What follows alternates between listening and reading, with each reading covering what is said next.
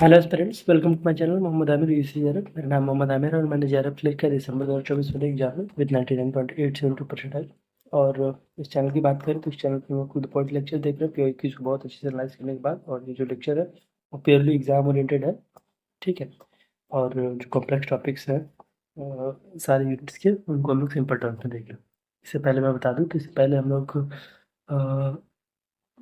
4 unit cover कर चुके हैं: कम्युनिकेशन, आईसीटी और research aptitude and teaching aptitude. और ये जो लेक्चर है, ये लेक्चर है हायर एजुकेशन से, हायर एजुकेशन का पहला लेक्चर है, ठीक है। तो आइए देखते हैं ये दिन हायर एजुकेशन का पहला लेक्चर, ठीक ठीक है। तो लेक्चर 1 है वैदिक एजुकेशन एंड बुद्धिस्ट एजुकेशन। तो स्टार्टिंग का ही जो सिलेबस में है वो evolution of education system in India है। तो हम देखेंगे वैदिक एजुकेशन एंड बुद्धिस्ट एजुकेशन को, ठीक है। तो सबसे पहले अगर बात किया जाए प्राइमरी एंड हायर एजुकेशन वैदिक पीरियड में क्या था। प्राइमरी एजुकेशन ये था कि वो फैमिलीज़ के विदिन अरेंज हुआ करता था, फैमिलीज़ के बीच में, ठीक है। और एम किया जाता था कि एक फाउंडेशनल नॉलेज और या फिर मोरल वैल्यूज़ को दिया जाए। तो वैदिक पीरियड में प्राइमरी एजुकेशन जो है वो फैमिली के बीच में ही हुआ करता था और एम किया जाता था कि एक फाउंडेशनल नॉलेज जो है और मोरल वैल्यूज बच्चे को दी जाए। उसका जो हायर एजुकेशन की बात होती थी तब ऑर्गेनाइज किया जाता था वो गुरुकुल्स में।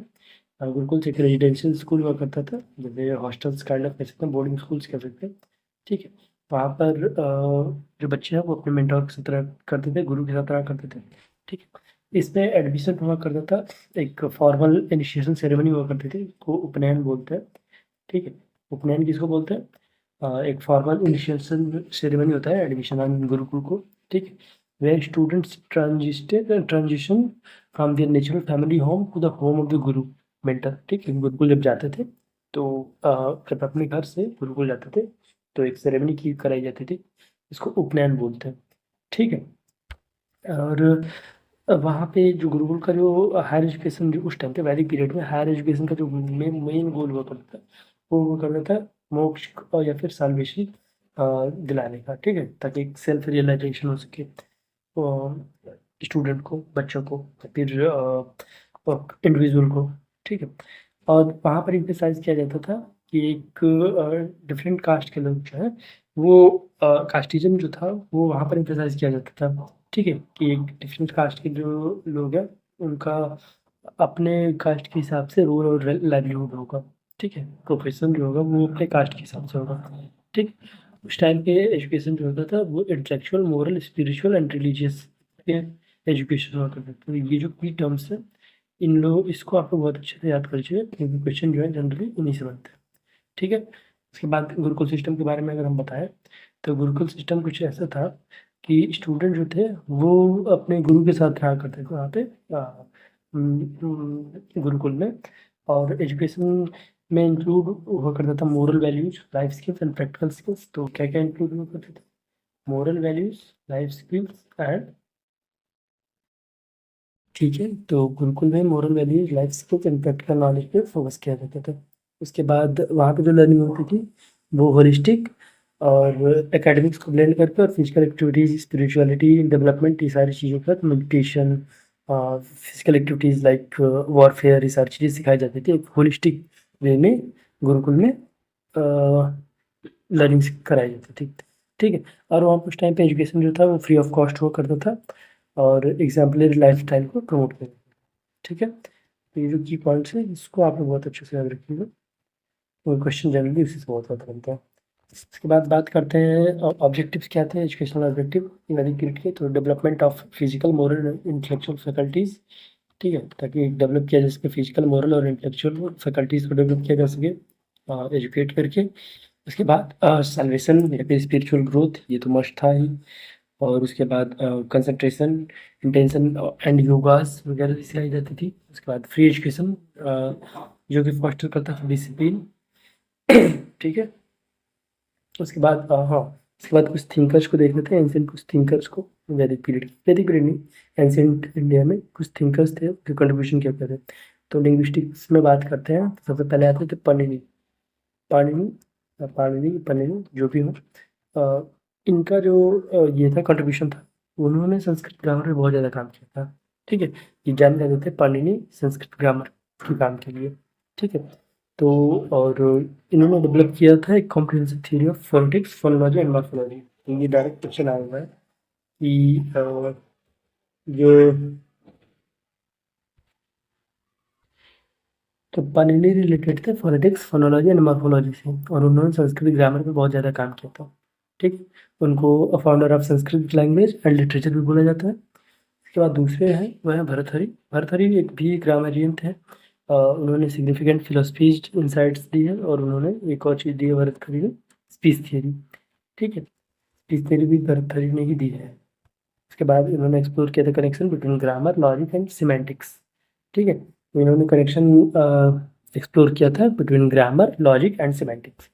उसके बाद बात करते हैं फिलोसफी एंड रिलीजन में, तो सबसे पहले आए थे कपिला। कपिला आते कपिला ने वैदिक रिलीजन को और वेदास की सुप्रीमेसी को एडवोकेट किया था। उसके बाद सांख्य फिलोसफी जो है वो कपिला ने ही स्टार्ट किया था। ये फिलोसफीज हैं, सारी चीज़ें बहुत इंपॉर्टेंट है, क्योंकि ये डायरेक्ट क्वेश्चंस आए हुए हैं। ठीक है, इन्होंने सांख्य फिलोसफी जो कि एम्फसाइज करता है यूनिवर्सल वर्ल्ड कॉन्सेप्ट को। इसके बाद सांख्य फिलोसफी में बेसिकली ये एक्सप्लेन किया जाता है कि जो वर्ल्ड है, विश्व, वो दो चीज़ों से बना हुआ है, पुरुष एंड प्रकृति। ठीक है, तो पुरुष एंड प्रकृति, इन दो चीज़ों से मिला के बना हुआ है। ये सांख्य फिलोसफी में, फिलोसफी इतने जानने की जरूरत नहीं है, बस ये थिंकर्स को ही मेनली पूछा जाता है। अगर बाई चांस कहीं पूछ दिया तो ये बात जानने की मतलब दिमाग में रहने की चीज़ है कि वर्ल्ड जो है वो दो चीज़ों से बना हुआ है, पुरुष एंड प्रकृति। ठीक है, उसके बाद नेक्स्ट थिंकर आते हैं पतंजलि। पतंजलि इन्होंने योगा सूत्र, पतंजलि पुटुप से आप लोग याद रख सकते हैं, इन्होंने योगा सूत्र दिया था। ठीक है, and significant commentary on grammar. Mahabhashya भी जो है वो भी इन्होंने दिया था। महाभाष्य मतलब मीन्स वेरियस लैंग्वेजेस। ठीक है, इन्होंने कंबाइन किया था linguistic analysis with philosophical exploration. ठीक है, तो बहुत सारी लिंग्विस्टिक को एनालाइज किया था इन्होंने फिलोसफिकल एक्सप्लोरेशन के साथ। ठीक है, उसके बाद योगा फिलोसफी में फोकस करता है बस योगा फिलोसफी मतलब योगा से रिलेटेड है, control the mind and body through meditation and exercise to reach peace and realisation. Yoga philosophy basically यही होगी। उसके बाद आते हैं कनाद। कनाद पायनीर, इन्होंने वैशिष्ट का स्कूल ऑफ फिलोसफी भी दिया था उन्होंने। तो ये जो की टर्म्स है, ये जो हाईलाइटेड टर्म्स है, उनको बहुत अच्छे से याद रखिएगा आप। और वैसे इसका स्कूल ऑफ फिलोसफी ये फोकस करता है एटॉमिक, उन्होंने एटॉमिक थियरी भी दिया था। एंड जो जॉन डाल्टन थे उनसे बहुत पहले 2500 साल पहले इन्होंने एटॉमिक थियरी दे दिया था कनाडाचार्य में। उसके बाद इन्होंने इंडियन फिजिक्स में भी, अर्ली इंडियन फिजिक्स में भी बहुत ज़्यादा कंट्रीब्यूशन दिया। संस्कृत फिलोसफी जो है वो मतलब बेसिकली एटॉमिक थियरी ही है। ठीक है, ये कहता है कि everything is made of tiny tiny particles called atoms and classify reality into different categories. तो वही जो है एटॉमिक थ्योरी है, वो इसी से रिलेटेड है। वैशेषिका फिलोसफी जो कि करा दिया था। उसके बाद आता है जैमिनी। जैमिनी ने मीमांसा सूत्र लिखा था। ये इन्वेस्टिगेट करता है रिचुअल्स को। ठीक है, मीमांसा सूत्र। तो मेन इसमें यही रहता है कि कौन से थिंकर ने क्या दिया था, उस चीज़ के बारे में पता है तो ठीक है, नहीं पता तो भी कोई दिक्कत नहीं। ठीक है, तो मीमांसा फिलोसफी जो होता है वो एम्फेसाइज करता है importance of rituals and duties described in Vedas. तो वेदास में जो रिचुअल्स एंड ड्यूटीज है उसकी इंपॉर्टेंस क्या है, उसको मीमांसा फिलोसफी में इंक्लूड किया गया, जो कि दिया था किसको, जैमिनी को। इसके बाद उपनिषद की बात करते हैं हम। हाँ, तो यहाँ पर खत्म होता है। उसके बाद नेक्स्ट आता है उपनिषद। तो उपनिषद यानी ये एक फाउंडेशन ऑफ वेदांता फिलोसफी थे। वेदांता इज बेसिकली अगर इसको बाइफरकेट किया जाए तो वेद प्लस अंत, तो end of Vedas is known as Vedanta. ठीक है, ये उपनिषद जो है वो टीच करते हैं ultimate reality, that is Brahman, universal soul and individual soul, Atman is part of it.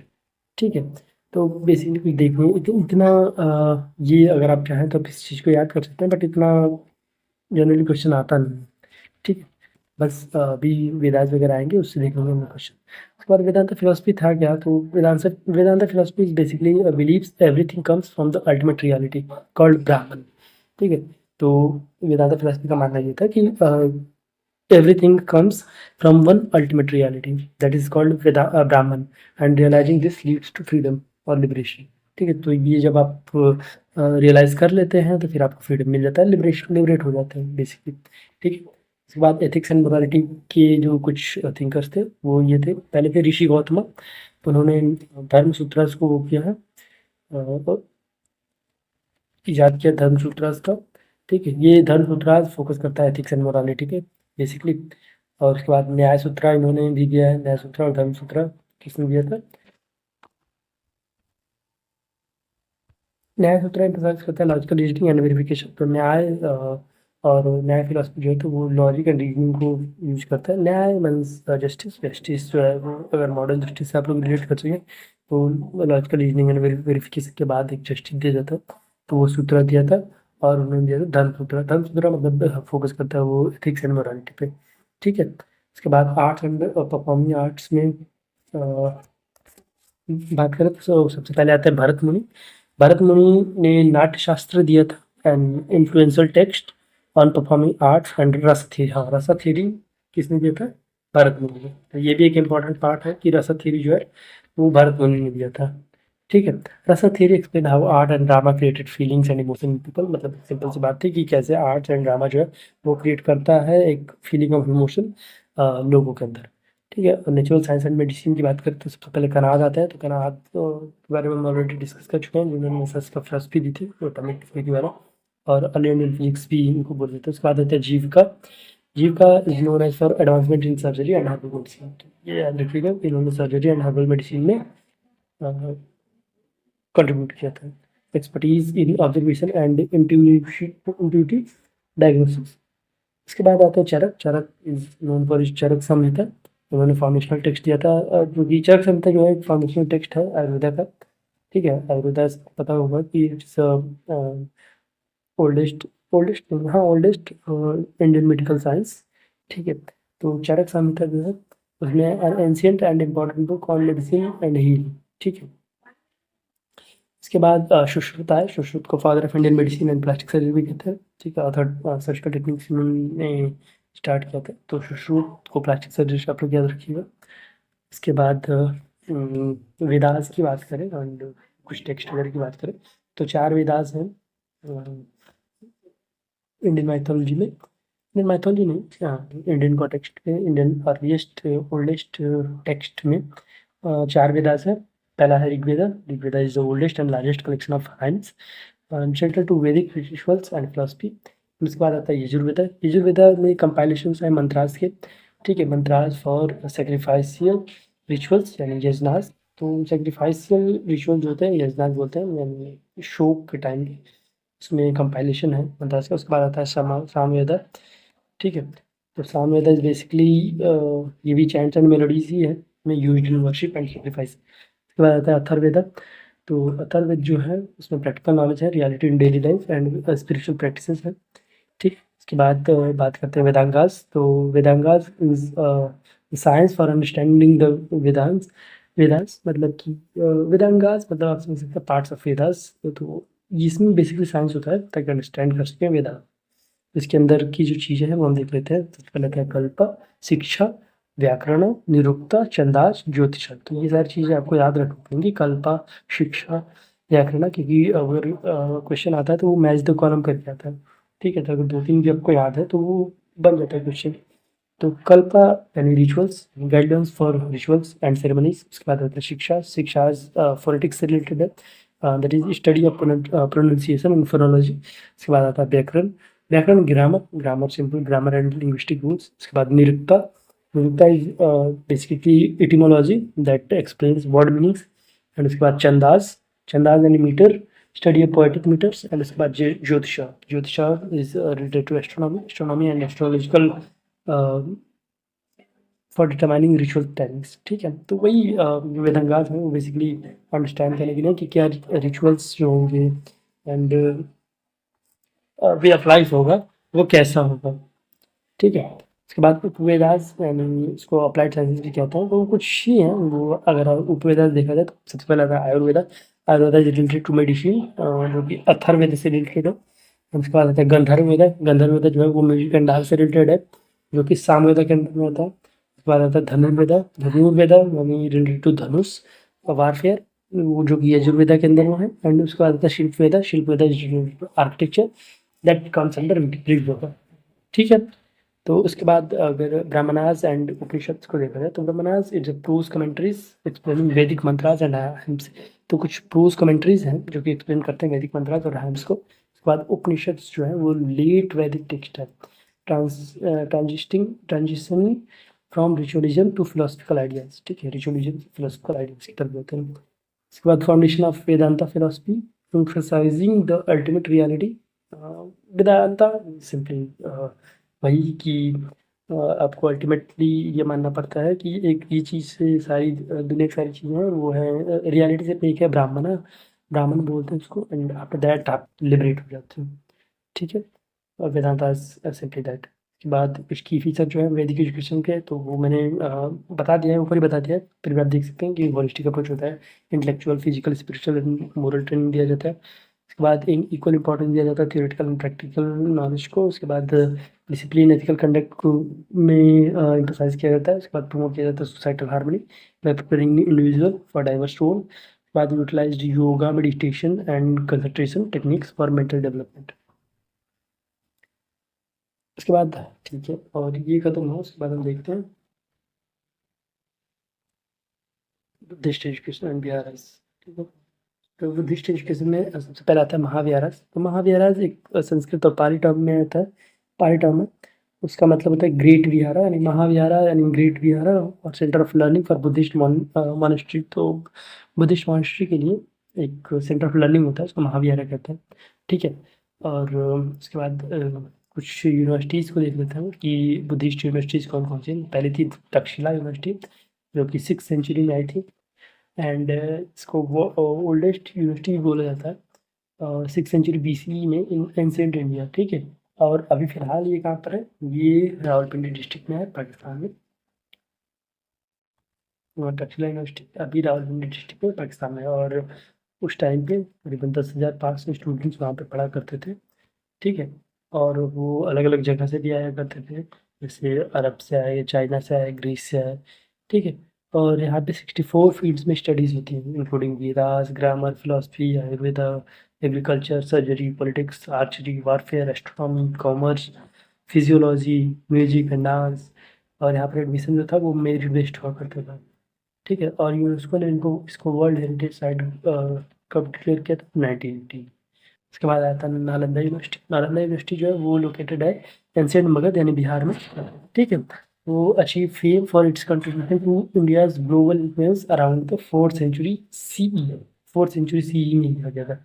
और यहाँ पर मेरिट बेस्ड एडमिशन नहीं हुआ करता, यहाँ पर एंट्रेंस बेस्ड एग्जाम नहीं होकर इंट्रेंस हुआ करता था। इंट्रेंस एग्जाम बेस्ड इंट्रेंस हुआ करता था, ताकि फेयर एक कंपटीशन रखा जा सके। उसके बाद इसको UNESCO tentative world heritage list में जनवरी 9, 2009 में इसको जो वर्ल्ड हेरिटेज साइट में डाला गया यूनेस्को पे। उसके बाद आता है विक्रमशिला यूनिवर्सिटी।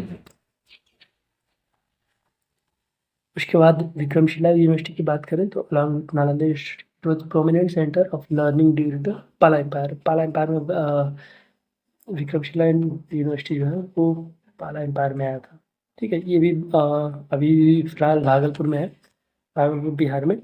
और यहाँ पे स्पेशलाइजेशन हुआ करता था तांत्रिक बुद्धिज्म फिलोसफी, क्योंकि इससे डायरेक्ट क्वेश्चन आए हैं। इन एंशिएंट यूनिवर्सिटी से भी डायरेक्ट क्वेश्चन आते हैं। ये जो मैंने नोट्स क्रिएट किए हैं, ये एक वर्ड इंपॉर्टेंट है, क्योंकि ये सारे क्वेश्चन आए हुए ऑलरेडी। ठीक है, स्पेशलाइजेशन वहाँ पर हुआ करता था तांत्रिक Buddhism, philosophy, grammar and logic में। उसके बाद मिथिला यूनिवर्सिटी की बात करें तो ये एट द टाइम ऑफ राजा जनक हुआ करता था, और ये फोकस करता था ब्राह्मणिकल एजुकेशन सिस्टम को। ठीक है, उसके बाद आता है जगतला यूनिवर्सिटी। जगतला यूनिवर्सिटी जो है वो बांग्लादेश में भी है, वीरेंद्र भूमि, अभी बांग्लादेश में, और 11th सेंचुरी में फ्लोरिश हुआ था। ठीक है, तो जगतला यूनिवर्सिटी है यहाँ पे अभी फिलहाल बांग्लादेश में। तो यूनिवर्सिटी से रिलेटेड क्वेश्चन ये भी आता है कि एक क्वेश्चन आ रहा था कि नॉर्थ से साउथ ईस्ट टू वेस्ट जाते हुए, वेस्ट टू ईस्ट जाते हुए कौन कौन सी यूनिवर्सिटी पढ़ती है, तो एक क्रोनोलॉजिकल ऑर्डर में है। तो वहीं से था जगदलपुर यूनिवर्सिटी, बांग्लादेश में पड़ेगी, तो वो मोस्ट ईस्ट में आ जाएगा। उसके बाद आएगा उसके बाद एक ऑप्शन ये था नालंदा यूनिवर्सिटी, तो वो बीच में पड़ेगा। फिर उसके बाद आया था Punjab university, sorry Takshashila university, तो वैसे करके क्वेश्चन आया हुआ था, क्रोनोलॉजी करनी थी। ठीक है, तो उसके बाद एडिशनल इनसाइट्स की बात करें तो कुछ ये देख लेते हैं पॉइंट्स कि ईच प्रोफेसर जो है वो नालंदा यूनिवर्सिटी में एक स्पेशलाइज वन सब्जेक्ट में थे। Takshashila university included technical sciences and was renowned for medicine and arts. Jeevika the royal physician of king Takshashila में ही पढ़े थे वो। उसके बाद एडमिशन जो थे तक्षशिला में वो 16 ईयर्स हुआ करता था एज। ठीक है, तो यहाँ से ये ख़त्म होता है। और आप इस वीडियो को लाइक करिए, चैनल को सब्सक्राइब करिए, और अबाउट द चैनल मैंने बता दिया। और फिर अब अगर बात करें तो हम सोच रहे हैं कि पर्सनल गाइडेंस एंड मेंटरशिप जिसको भी चाहिए वो चाहे तो मेरे टेलीग्राम चैनल पे कांटेक्ट कर सकता है, और मैं डिस्क्रिप्शन में देखूंगा तो अपना पर्सनल टेलीग्राम का प्रोफाइल दे दूंगा। वहाँ से कोई चाहे तो मुझसे अगर पेपर वन के लिए पर्सनल गाइडेंस या मेंटरशिप चाहिए होता है तो वो मुझसे वहाँ कांटेक्ट कर सकता है।